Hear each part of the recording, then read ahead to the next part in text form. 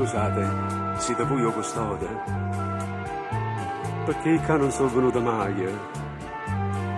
Sono do paese, sto lontano assai, ma sono venuto per necessità.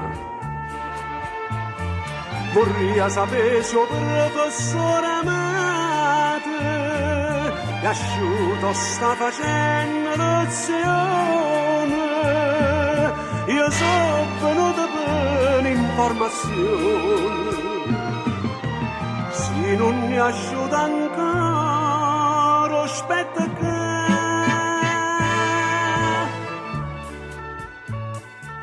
io tengo 5 figlie senza mamma, ma ci ha abbracciata a croce su 4 anni. Ma stenta la vita mia sana campagna, perché sono solo e la c'era a campana.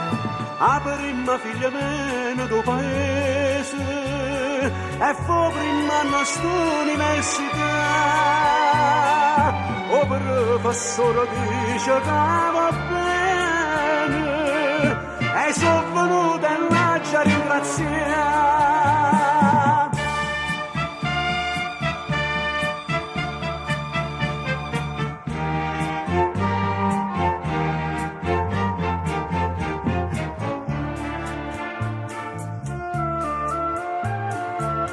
Buongiorno professore, voi mi scusate? Faccio parlare qua a tutti, mi presento. Io sono Cupati Rosa Fioravanti, sono venuto per giustificare. Non viene a scuola perché sta malata, però non sta malata, è malata. Oh male, so si chiama per condividere. Faccia saputo tutta verità. Ma meraviglia voi, un professore, che tenete 2 figli e una moglie.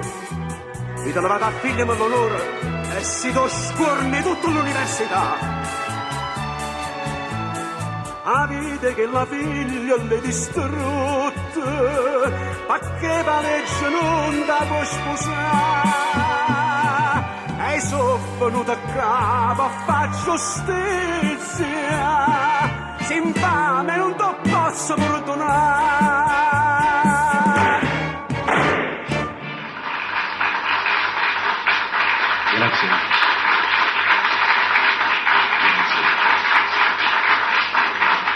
Grazie. Grazie, molto gentili.